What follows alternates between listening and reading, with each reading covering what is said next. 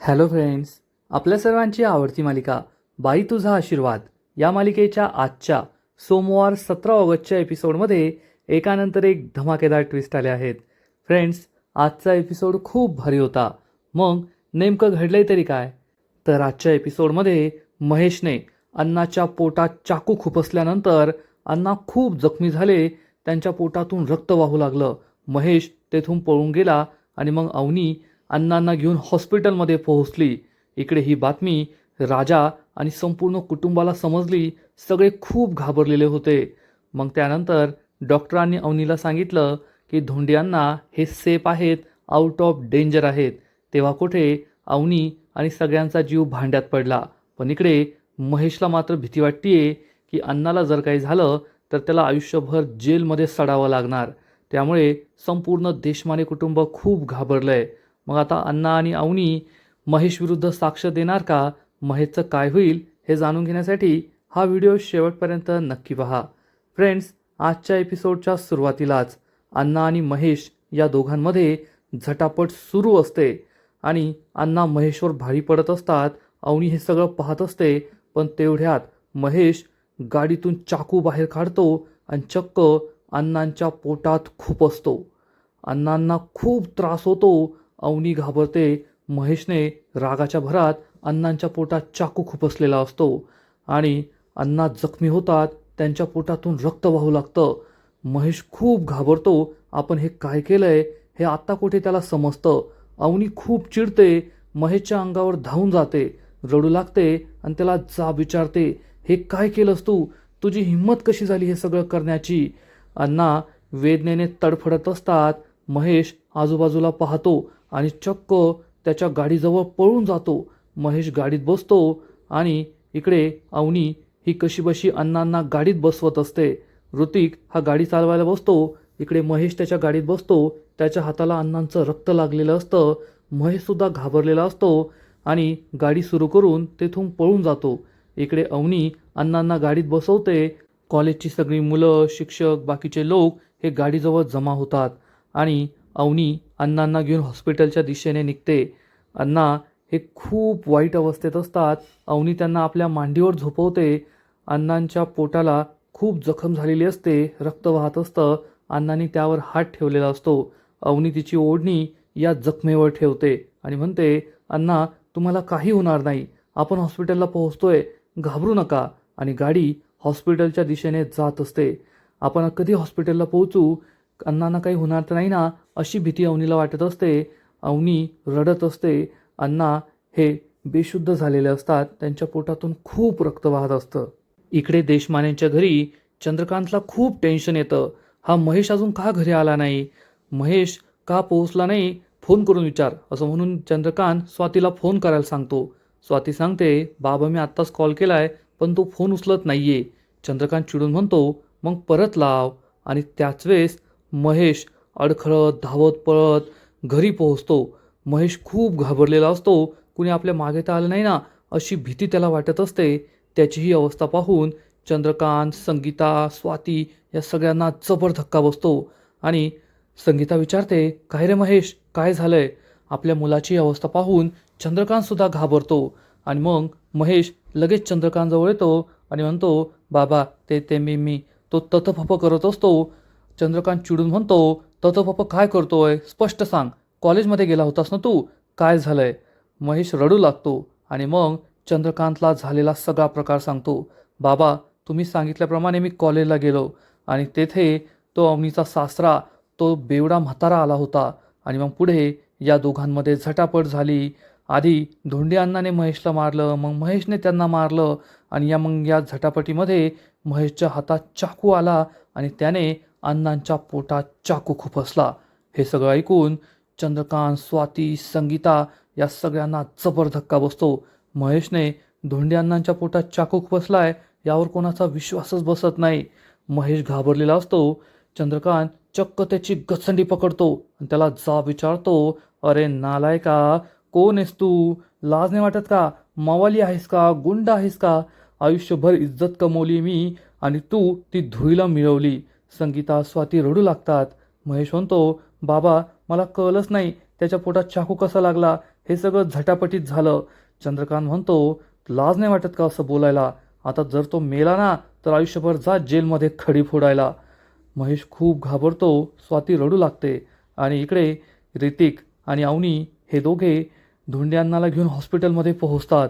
रिसेप्शनला सांगतात. Reception stretcher बोलवते. Avni आणि ऋतिक धोंड्यांनाला स्ट्रेचरवर झोपवतात. तेवढ्यात नर्स डॉक्टर सगळे येतात. अण्णांची परिस्थिती खूप बिकट असते. त्यांच्या पोटातून रक्त वाहत असतं. अवनी ऋतिक घाबरलेले असतात. डॉक्टर अण्णांना घेऊन ICUच्या दिशेने जातात. अवनी रडत असते. लवकरात लवकर अण्णांना उपचार करा असं म्हणून सांगत असते. अण्णांना स्ट्रेचरवरून ICUमध्ये नेत असतात. अण्णांना काही होणार तर नाही ना म्हणून हे दोघे खूप घाबरलेले असतात. आणि मग डॉक्टर आणि बाकीचा स्टाफ अण्णांना घेऊन ICUमध्ये निघून जातात. ICUमध्ये गेल्यानंतर ICUचा दरवाजा लावून घेतात. अवनी ही दरवाजाजवळच उभी राहते आणि ढसाढसा रडू लागते. आज माझ्या भावानेच अण्णांचा जीव घेण्याचा प्रयत्न केला, त्यांना मारण्याचा प्रयत्न केला या विचाराने अवनी खूप दुःखी होते. तिला हे सगळं सहनच होत नाही. अण्णा वाचतील की नाही अशी भीती तिला वाटत असते. ऋतिकसुद्धा तेथेच उभा असतो आणि अवनी या ICUच्या दारालाच डोकं टेकून तेथेच उभी राहते. परंतु आतमध्ये अण्णांना उपचार सुरू असतात आणि एवढ्यात तिला काहीच कळणार नसतं. अण्णांची ही परिस्थिती माझ्यामुळे झाली आहे, माझ्या भावाने हे सगळं केलं आहे, यामुळे अवनीला अपराधासारखं वाटत असतं आणि ती रडत असते. इकडे पायल आणि पानू या दोघांचं मात्र नेहमीसारखं सुरू असतं. पायल पानूला म्हणते, बेवफा सनम, लाज नाही वाटत तुला त्या डुबरीच्या मागे लागायला? अरे तुला माझ्याबद्दल काहीच वाटत नाही का? पाण्या म्हणतो, काहीच वाटत नाही म्हणून तर सांगतोय, जा इथून. पायल खूप चिडते आणि म्हणते, आयो तुला आहे ना नजर लागली आहे, थांब मी तुझी नजरच काढते. असं म्हणून पायल आल्या गेल्याची, शेजाऱ्या पाजाऱ्याची, भुताखेताची, डुबरीची, डॉलीची या सगळ्यांची नजर काढते. पाण्याला कळतच नाही ही पोरगी काय करतीये. आणि मग पायल पाण्याला घाबरवते. पाण्या, तुझा नाक, कान, घसा, डोळे, तोंड सगळं काही दूषित झालंय. तुझ्या शरीराचा AQI एकदम ढासळलाय. आता तुझं काही खरं नाही. पाण्यासुद्धा घाबरल्याचं नाटक करतो. अयो आता काय करायचं? काय होणार माझं आता? पायल म्हणते, आता तुझं काही खरं नाही. तेवढ्यात पाण्या म्हणतं, ए हट, निघितून चल लवकर. पायल खूप चिडते आणि म्हणते, तू आहे ना माझ्या प्रेमाचा अपमान केला आहे. तुला माहीत नाही आहे, कॉलेजमध्ये 100 पोरं माझ्या मागे आहेत. पाहिलं ना जाऊबाईंना पाहायला आलेला पोरगा कसा माझ्यासाठी येडा झाला होता. आता आहे ना मी अशी लई पोरं पटवणार, तू पाहतच राहा. तेवढ्यात तेथे राजा येतो आणि या दोघांचं हे काय चाललंय घरात कोणी नसताना म्हणून तो त्यांच्याकडे संशयाच्या नजरेने पाहत असतो. पायल आणि पाण्यासुद्धा समजतं की राजा आलाय, पण राजा त्यांच्याकडे दुर्लक्ष करतो. आणि पाण्या म्हणतो, एक नंबर, आत्ताच्या आत्ता जा आणि 5-10 पोरं पटव, माझ्या नादाला लागू नको. पायल खूप चिडते आणि म्हणते, पाण्या तू आता पाहतच राहा. आणि पायल पुन्हा एकदा रडत रडत तेरी गलियों में ना रखेंगे कदम असं म्हणत म्हणत राजाला सुद्धा आपलं रडकं तोंड दाखवते आणि तेथून निघून जाते. राजा विचारतो, हे सगळं काय? पाण्या म्हणतो, सोड ना, इग्नोर कर, येडी पोरगी येते. वहिनीचं काय झालं? राजा म्हणतो, अरे फोन केला होता पण त्या फोन उचलत नाहीये. पाण्या म्हणतो, मग अण्णांना फोन कर ना, अण्णा त्यांच्याबरोबरच आहे. राजा म्हणतो, ही आयडिया चांगली आहे. आणि राजा अण्णांना कॉल करतो. इकडे अवनी ही ICU बाहेर उभी असते, खूप टेन्शनमध्ये असते. तेवढ्यात अण्णांच्या फोनवर राजाचा फोन येतो. अवनी विचार करते की आता राजाला काय सांगायचं. अवनी फोन उचलते आणि राजा विचारतो, काय मॅडम, काय झालं, भेटलं की नाही सर्टिफिकेट? तर अवनी सांगते, राजा मी हॉस्पिटलमध्ये आहे. राजा जोक मारतो, आता काय तुमचं सर्टिफिकेट हॉस्पिटलमध्ये भेटणार आहे का? पाण्यासुद्धा हसतो. तर अवनी सांगते, अवनी, अण्णा. हे ऐकून राजा घाबरतो. राजा विचारतो, अण्णांनी काय राडा घातला का? पाण्या आणखीनच हसतो. तर अवनी ही ढसाढसा रडू लागते. राजा खूप घाबरतो आणि विचारतो, मॅडम काय झालंय रडायला? पाण्यासुद्धा घाबरतो. अवनी म्हणते, राजा अण्णांना हॉस्पिटलमध्ये ॲडमिट केलं आहे. राजा विचारतो, हॉस्पिटलमध्ये ॲडमिट केलं आहे? अवनी सांगते, हो. आणि मग अवनी ही रडत असते. राजा म्हणतो, मॅडम रडू नका आणि काय झालं ते सगळं सांगा. अवनी झालेला सगळा प्रकार सांगते. राजा, मी सकाळी अण्णांबरोबर येथे कॉलेजमध्ये आले, तेथे झेरॉक्स करायचे होते. तेवढ्यात महेश दादा तेथे आला आणि त्याने तो फॉर्म फाडून टाकला. मग अण्णा आणि महेश दादामध्ये झटापट झाली आणि महेश दादाने चक्क अण्णांच्या पोटामध्ये चाकू खुपसला. ते खूप जखमी झाले आहेत आणि मी त्यांना येथे हॉस्पिटलमध्ये घेऊन आली आहे. हे ऐकून राजाच्या पायाखालची जमीनच सरकते. पाण्याला अजून काही समजलेलं नसतं, त्याला टेन्शन आलेलं असतं. राजा म्हणतो, मॅडम तुम्ही शांत व्हा, तुम्ही मला आत्ताच्या आत्ता हॉस्पिटलचं लोकेशन पाठवा, आम्ही तेथे येतोय. अवनी हो म्हणते आणि फोन कट करते. अण्णांच्या या अवस्थेला मी जबाबदार आहे असा विचार करून अवनी रडू लागते. पाण्या विचारतो, अरे राजा काय झालंय? राजा सांगतो, त्या महेश देशमानेने अण्णांना चाकूने भोसकलंय. हे ऐकून पाण्याला जबर धक्का बसतो. पाण्या खूप चिडतो आणि म्हणतो, त्या महेश देशमानेला तर मी सोडणार नाहीये. राजा आणि पाण्या लगेच हॉस्पिटलला जायला निघतात.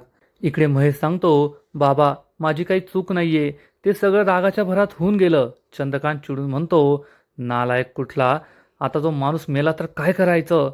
महेश म्हणतो, बाबा काहीतरी करा, वाचवा मला.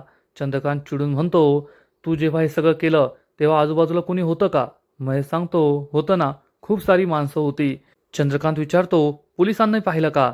महेश सांगतो, नाही पोलीस नव्हते, तोपर्यंत पोलीस सुद्धा आलेले नव्हते. चंद्रकांत म्हणतो, ठीक आहे, मी ना कॉलेजमध्ये फोन करून विचारतो तेथे नेमकं काय झालंय. चंद्रकांत अवनीच्या प्रिन्सिपलला कॉल लावतो आणि प्रिन्सिपल सांगतो, चंद्रकांत साहेब येथे महेश साहेबांनी खूप मोठा राडा घातला आहे. चंद्रकांत म्हणतो, माहिती आहे ते मला. आता आहे ना, तुम्ही एक काम करा, आमच्या देणगीच्या पैशातून तेथे जे CCTV कॅमेरे लावले आहेत ना, त्यातून ते सगळं फुटेज डिलीट करा आणि नेमकं काय परिस्थिती आहे ते सांगा मला.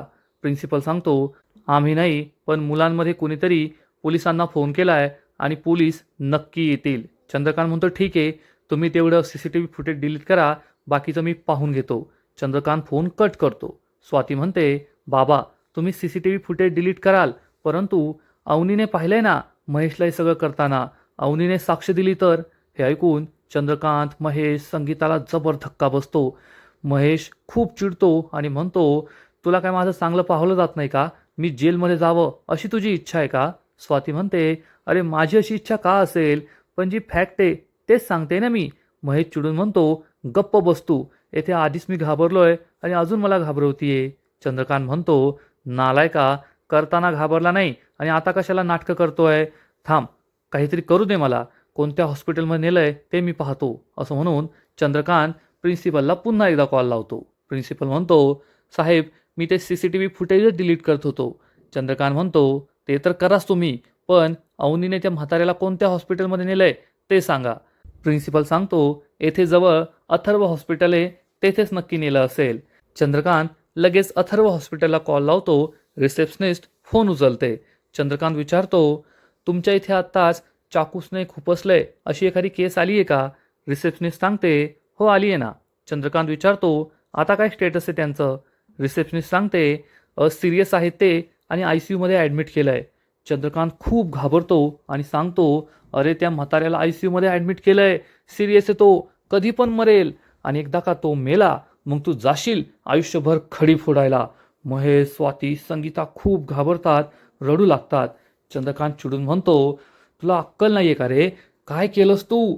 आता जे काही होईल ना ते भोगावंच लागेल. महेश खूप घाबरतो आणि आता काय करायचा हा प्रश्न त्याला पडतो. चंद्रकांतला सुद्धा खूप टेन्शन आलेलं असतं.